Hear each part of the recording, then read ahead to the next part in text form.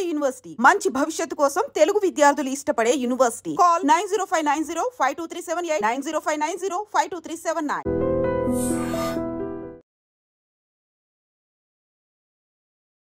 Hi hello నమస్తే, welcome back to our channel. నేను మీ వైషు, ఒక జర్నలిస్ట్, ఒక యాంకర్. ఈరోజు పొద్దున్నే సూసైడ్ చేసుకొని చనిపోయారు. అయితే దాని తర్వాత వాళ్ళ తల్లిదండ్రులు వచ్చేసి తనకు పెళ్ళయింది, అయినప్పటికీ లివ్ ఇన్ రిలేషన్షిప్లో ఉండడం వల్ల అతనే ఇబ్బంది పెట్టాడు, అందుకే చనిపోయింది అని అయితే మాటలు అన్నారు. మరి ఒకసారి ఆల్రెడీ పెళ్ళైన వ్యక్తికి లివ్ ఇన్ రిలేషన్షిప్లో ఉంటే ఇప్పుడు దీనికి ఎలాంటి కేసులు నమోదవుతాయి, ఆ కేసులకు ఎలాంటి చట్టాలు వర్తిస్తాయి, ఈ విషయం గురించి మాట్లాడడానికి ఈరోజు నాతో పాటు అడ్వకేట్ నరేష్ గారు సార్తో మాట్లాడదాం. హలో అండి. హలో అండి. నమస్తే. నమస్తే. సో ముందు చనిపోయినందుకు బాధాకరమే, అయినప్పటికీ వెనక ఏదో ఒకటి కారణాలు ఎతకడానికి ప్రయత్నిస్తుంటారు. వెతికిన విషయంలో ఆల్రెడీ పెళ్ళయింది, బట్ లివిన్లో ఉంది, ఆ లివిన్లో ఉన్న అబ్బాయి ఇబ్బంది పెట్టాడు, అందుకని చనిపోయింది అనేది ఒక బయటకు వచ్చిన ఒక అంశం. అయితే ఆల్రెడీ పెళ్ళైంది కాబట్టి ఇప్పుడు లివిన్లో ఉండొచ్చు అంటే చట్టాలు ఇప్పుడు ఎలా ఉన్నాయి, ఆల్రెడీ వీళ్ళు అతనే ఇబ్బంది పెట్టాడు అంటున్నారు కాబట్టి ఇప్పుడు కేసులు ఎలా వర్తిస్తాయి? స్వేచ్ఛ, క్యూ న్యూస్ రిపోర్టర్, యాంకర్, రచయిత్రి, తెలంగాణ ఉద్యమ స్ఫూర్తి కలిగిన వ్యక్తి గత అర్ధరాత్రి ఇంట్లో సూసైడ్ చేసుకుని చనిపోవడం మొదటగా చాలా బాధాకరమైన విషయం. దీనికి సంబంధించి రకరకాల కారణాలు ఈరోజు ఉదయం నుంచి కూడా వివిధ ఛానల్స్లో ప్రసారం కావడం జరిగింది. ప్రతి ఒక్కరు జర్నలిస్టులు కూడా నువ్వు చాలా ధైర్యవంతురాలివి, నువ్వు ఈ విధంగా చేస్తావు అని చెప్పి మేము ఎవరూ కూడా అనుకోలేదు అని చెప్పి పోస్టులు పెట్టడం జరిగింది. దాని తర్వాత ఉదయం ఈ యొక్క సూసైడ్కి సంబంధించి వాళ్ళ యొక్క తండ్రి నియర్ బై పోలీస్ స్టేషన్లో కంప్లైంట్ ఇవ్వడం జరిగింది. సాధారణంగా ఇటువంటి సూసైడ్ కేసుల్లో కానీ రీజన్ లేని డెత్స్ అంటే యాక్సిడెంట్స్ కావచ్చు, అగ్ని ప్రమాదాలు కావచ్చు, ఇటువంటి ఏవైనా కూడా జరిగినప్పుడు ఏం చేస్తారు అని అంటే కనుక బిఎన్ఎస్ఎస్లో ఉన్న 194 సెక్షన్ ప్రకారము పోలీసులు కేసు నమోదు చేస్తూ ఉంటారు. నమోదు చేసి ఆ సూసైడ్ మీద రిపోర్ట్ చేయాలి అని చెప్పని ఆ యొక్క సెక్షన్ అనేది చెప్పడం జరుగుతుంది. అదేవిధంగా ఆ యొక్క ఏ ప్రాంతంలో సూసైడ్కి అయితే పాల్పడ్డారో అక్కడికి వెళ్ళి పక్కన ఉన్న లోకల్స్ సమక్షంలో శవ పంచనామా జరపాలి అని చెప్పి కూడా చట్టం చెప్తుంది. అదేవిధంగా ఇమ్మీడియట్లీ ఆ యొక్క అనుమానాస్పద మృతిపై దగ్గరలో ఉన్న ఎగ్జిక్యూటివ్ మెజిస్ట్రేట్కి ఇన్ఫర్మేషన్ ఇవ్వాలి అని చెప్పి కూడా ఆ యొక్క సెక్షన్ చెప్తుంది. దాని తర్వాత యాజ్ యూజువల్గానే పోస్ట్ మార్టానికి పంపించడం జరుగుతుంది. దీనికంటే ముందు శవ పంచనామా చేసే క్రమంలో బాడీ మీద పైకి కనిపించే విధంగా ఏమైనా కూడా దెబ్బలు కానీ గీతలు కానీ మిగిలిన ఏ విధమైన ఇంజురీస్ ఏమైనా ఉన్నాయని చెప్పి కూడా సంబంధించిన పోలీస్ అధికారులు రికార్డ్ చేయాలి. పోస్ట్ మార్టం రిపోర్ట్కి వెళ్తుంది. పోస్ట్ మార్టం రిపోర్ట్లో కూడా ఫర్దర్ క్లియర్గా ఇంకేం జరిగి ఉంటుంది, నిజంగానే సూసైడా లేదంటే కనుక చంపి సూసైడ్ కింద చిత్రీకరించే ప్రయత్నం ఏదైనా జరిగిందా అనే అంశం కూడా ఆ మెడికల్ రిపోర్ట్లో బయటికి రావడం జరుగుతుంది. అయితే ఈ మృతికి గల కారణాల మీద వాళ్ళ తండ్రి మాట్లాడుతూ స్వేచ్ఛ అనే ఆవిడకి మృతురాలికి గతంలోనే వివాహం జరిగింది, ఆ వివాహం జరిగినప్పుడు ఆ వివాహానికి సంబంధించి ఒక పాప కూడా ఉండటం జరిగింది. అయితే ఆ మొదటి భర్తకి విడాకులు ఇవ్వడం జరిగింది. విడాకులు ఇచ్చిన తర్వాత పూర్ణచంద్ర అనే వ్యక్తి సేమ్ ఛానల్లో వర్క్ చేసేటప్పుడు పరిచయం అయ్యింది, అతనితోటి లివ్ ఇన్ రిలేషన్షిప్లో ఉంటుంది.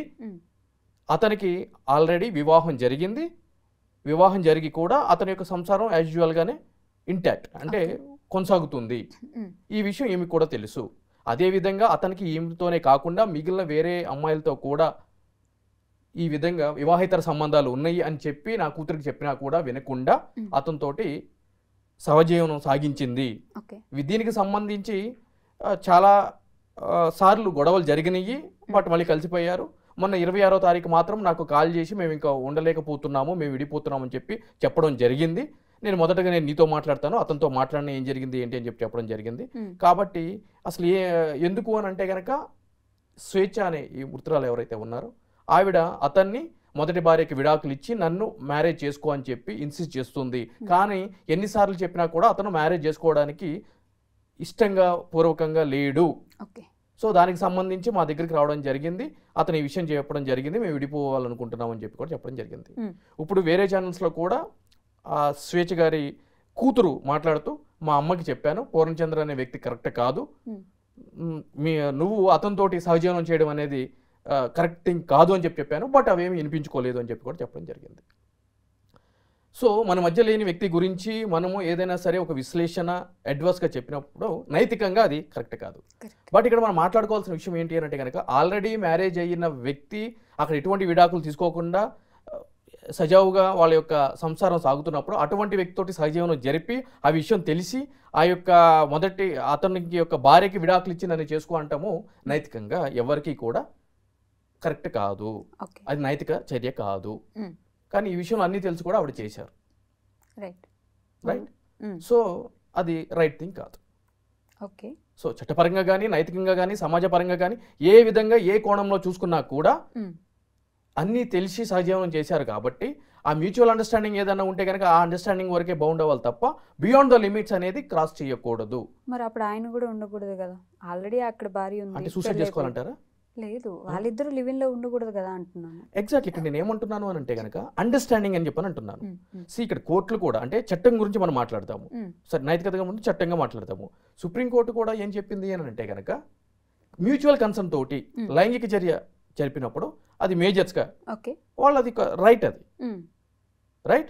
అతనికి ఇష్టపూర్వకంగా ఈమెకి ఇష్టపూర్వకంగా కలిసి జీవించారు. నైతికంగా కరెక్ట్ కాదేమో కదా అప్పుడు. నైతికంగా కరెక్ట్, ఎగ్జాక్ట్లీ నైతికంగా కరెక్ట్ కాదు, that is what I'm saying. But చట్టపరంగా కరెక్ట్, నేను అనేది కూడా అదే, నైతికంగా కరెక్ట్ కాదు. కానీ ఇప్పుడు చట్టపరంగా కూడా ఇప్పుడు ఆ మొదటి భార్యకి విడాకులు ఇచ్చి నన్ను చేసుకో అని చెప్పి అనటం కూడా కరెక్ట్ కాదు కదా. సో అది నేను అంటున్నాను. సో అది ఆ అండర్స్టాండింగ్ నడిచినంత వరకు కూడా ఓకే, బట్ ఆ అండర్స్టాండింగ్ బియాండ్ ద లిమిట్స్ వెళ్ళినప్పుడు ఇటువంటి వినకూడని వార్తలు మనం వినాల్సిన పరిస్థితి ఏర్పడుతుంది. ఓకే, పెళ్లి చేసుకోమున్నందుకే చనిపోయిందంటారు ఇప్పుడు అని చెప్పి చెప్తున్నారు, అతను చేసుకోలేదని. అయితే తెర వెనుక మరో ఒక కోణం కూడా బయటకు రావడం జరుగుతుంది. ప్రతిపక్ష పార్టీకి సంబంధించిన మాజీ మంత్రి ఈ యొక్క దృష్టికి ఈ యొక్క వ్యవహారం వెళ్ళడం జరిగింది. ఆ యొక్క వ్యవహారంలో ఈమెకి సదరు మంత్రి, మాజీ మంత్రి ఒక వార్నింగ్ కూడా ఇవ్వడం జరిగింది.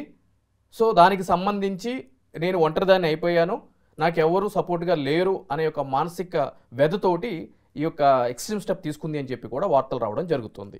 ఓకే, బయట ఆవిడ చాలా ధైర్యంగా ఉంటుంది అంటే మాట్లాడడం కూడా, లేకపోతే రాసినప్పుడు కానీ ఏదైనా సరే చాలా గట్టిగా మాట్లాడుతుంది అంటుంటారు కదా. మరి అంత ధైర్యం ఉన్న అమ్మాయి ఇట్లాంటి చిన్న విషయానికే సూసైడ్ చేసుకుందంటే నమ్మశక్యంగా ఉంది. ఇది చిన్న విషయం అంటే మనం విశ్లేషణకి చిన్న విషయంగా ఉండొచ్చు, వ్యక్తిగతానికి వచ్చేటప్పటికి ఇది చాలా పెద్ద విషయం. బయట జరిగే సమస్యల మీద సామాజిక దృక్పథ కోణంతో మనము చాలా గట్టిగా మన యొక్క గళాన్ని వినిపించవచ్చు. మన దగ్గరికి వచ్చేటప్పటికి మనకి అటువంటి ఫీలింగ్ కలిగినప్పుడు మానసికంగా శారీరకంగా మనల్ని మనం గట్టిగా ఉండాలి అన్నప్పుడు ఆల్రెడీ మొదటి వివాహంలో విడాకులు తీసుకున్న తర్వాత ఇతనితోటి లివ్ ఇన్ రిలేషన్షిప్లో ఉన్న తర్వాత ఇక్కడ ఏం జరుగుతుందంటే కనుక ఎమోషనల్ బాండింగ్ అనేది ఏర్పడటం జరుగుతుంది, రైట్? ఒకళ్ళు మన సొంతము అని చెప్పి అనుకున్న తర్వాత వాళ్ళు మనకు దూరం అయిపోతున్నారు అని చెప్పి అనుకున్నప్పుడు వాళ్ళని ఏ విధంగా అయినా సరే మనం సాధించుకోవాలి అని అనుకున్నప్పుడు ఆ యొక్క ఆలోచన కానీ ఆ యొక్క ప్రక్రియ కానీ సజావుగా సాగనప్పుడు it will lead to the extreme steps, అంటే సూసైడ్కి కారణమవుతుంది. ఇప్పుడు ఈ స్టెప్లో ఆల్రెడీ ఆయన వల్లే చనిపోయింది మా కూతురు అని వాళ్ళు ఎవరైనా చెప్పినప్పుడు ఇక్కడ ఎలాంటి కేసు తీసుకోబడుతుంది? అబేట్మెంట్ ఆఫ్ సూసైడ్ అని చెప్పానంటారు. అంటే ఆ యొక్క ఆత్మహత్యకి ప్రేరేపించినది ఎవరు అని చెప్పి చట్టంలో ఉంటుంది 108 BNS ప్రకారం అబేట్మెంట్ ఆఫ్ సూసైడ్ అని అంటారు. అంటే 10 సంవత్సరాల వరకు శిక్ష పడే అవకాశం ఉంది. కానీ దీనికి సంబంధించి మనకి పటిష్టమైన ఆధారాలు కావాలి. ఏదైనా సూసైడ్ నోట్ దొరికిందా ఆమె దగ్గర నుంచి, ఏమైనా వీడియో ఫుటేజ్ రికార్డింగ్ దొరికిందా ఆమె దగ్గర నుంచి, లేదు అంటే సంబంధించిన అధికారులకు ఏమైనా మెయిల్స్ వెళ్ళినాయా ఆమె దగ్గర నుంచి అనేది పాయింట్ ఫర్ కన్సిడరేషన్. ఇప్పటి వరకు నాకు తెలిసి అటువంటిది ఏది జరగలేదు అని చెప్పి నేను అనుకుంటున్నాను. ఎందుకంటే వాళ్ళ వ్యక్తిగత జీవితంలోకి వెళ్ళి నేను చూసింది లేదు, మీరు చూసింది లేదు. ఏదన్నా కూడా మీడియా ద్వారా కానీ వాళ్ళ తల్లిదండ్రులు చెప్పే యొక్క వాటిని బట్టి మనం ఏదైనా మాట్లాడగలం, రైట్? కానీ అటువంటిది ఏది లేదు. బట్ అంత మాత్రాన కేసు రిజిస్టర్ కాకుండా పోతుందా అంటే కనుక no, basing on her father statement and complaint వాళ్ళు ఈ ఫస్ట్ 194 BNSS ప్రకారం పెట్టిన కంప్లైంట్ని ఆల్టర్ చేసి అబేట్మెంట్ సూసైడ్ కింద కూడా మార్చే అవకాశాలు ఉన్నాయి. ఎటువంటి ఆధారం లేకపోయినా కూడా ఎఫ్ఐఆర్ చేయొచ్చు, ఎందుకంటే అతనే కారణం అని చెప్పాను అన్నప్పుడు. కానీ రేపటి రోజున అది నిలబడే అవకాశాలు లేవు ఆ కేసు. ఓకే, జస్ట్ ఇప్పుడు వాళ్ళ ఫాదర్ లేదు అంటే మీకు ఎవరి మీద డౌట్ ఉందా అంటే ఎస్ నాకు అతని మీద డౌట్ ఉంది, అతను చేసిన చర్య వల్లనే ఈమె ఇటువంటి కారణాలు చేసింది అని చెప్పి చెప్పడం జరిగింది. కాబట్టి ఆబ్వియస్లీ ఆ విధంగా కేసును కూడా ఆల్టర్ చేసే అవకాశాలు ఉన్నాయి. బట్ ఇన్ ఫ్యూచర్ అతనికి ఇబ్బంది పడే అవకాశం అయితే ఉండదు. ఉండదు, ఎందుకంటే ఇలా మ్యూచువల్ కన్సెంట్తో జరిగింది. సో కాబట్టి ఈ యొక్క విషయం ఈ యొక్క ప్రతిపక్షానికి సంబంధించిన మాజీ మంత్రి ఈ విధంగా వార్నింగ్ ఇచ్చాడు కాబట్టి అది బయటపడితే పార్టీకి కానీ అదేవిధంగా ఆ వ్యక్తికి కానీ ఇబ్బంది అవుతుంది అని చెప్పని ఆ యొక్క విషయాన్ని పక్కదోవ పట్టించేందుకు కూడా ఇప్పుడు మరొక కోణాన్ని తెర మీదకి తీసుకుని వచ్చారు. ఒక శాటిలైట్ స్టూడియో మీద దాడి జరిగింది. సో ఆ వార్త ఆటోమేటిక్గా కనుమరుగైపోయి ఈ వార్త అనేది తెర మీదకి వస్తుంది అనేది కూడా ప్రధానంగా ఇప్పుడు చర్చ జరుగుతుంది. ఓకే, జస్ట్ ఆ మంత్రి ఇప్పుడు ఇంకొక న్యూస్ అదే దోవ తప్పించడానికి ఇంకొక దాని మీద ఎగ్జాక్ట్లీ డైవర్షన్ పాలిటిక్స్. ఓకే, దానికి ఏమైనా రుజువు ఉందా? ఎస్ వీళ్ళే చేశారు అని చెప్పేసి మనం మాట్లాడుకోలేము కదా ఇప్పుడు.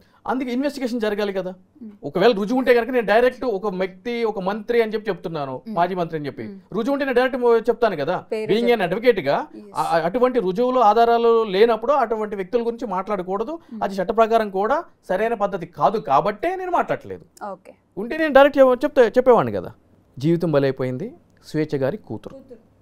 ఎందుకు అనంటే కనుక ఇప్పుడు ఆల్రెడీ మొదటి వివాహం ద్వారా విడాకులు తీసుకుని తల్లి దగ్గర పెరుగుతున్న కూతురు, దాని తర్వాత లివ్ ఇన్ రిలేషన్షిప్లో వద్దు మమ్మీ ఇతను కరెక్ట్ కాదు అని చెప్తున్నా కూడా కూతురు మాట వినకుండా కూడా ఆ రిలేషన్షిప్ని కంటిన్యూ చేసి దాన్ని కొనసాగించలేక తను బలవంతంగా ఆత్మహత్యకు పాల్పడటం. ఇప్పుడు ఆ పాప భవిష్యత్తు ఏంటి, సమాజంలో ఎటువంటి కోణాలు అంటే సమాజపరంగా ఎటువంటి ఇబ్బందుల్ని ఎదుర్కోవాల్సిన పరిస్థితి ఏర్పడుతుంది. స్కూల్స్లో కావచ్చు, రేపటి కాలేజీలో కావచ్చు. ఆమె యొక్క భవిష్యత్తు ఏ విధంగా ముందుకు వెళ్తుంది అనేది ప్రశ్నార్థకంగా మారింది. కనీసం ఆ పాప గురించి ఆలోచించైనా కూడా ఆవిడ ఈ స్టెప్ తీసుకోకుండా ఉండుంటే బాగుండేది. Thank you.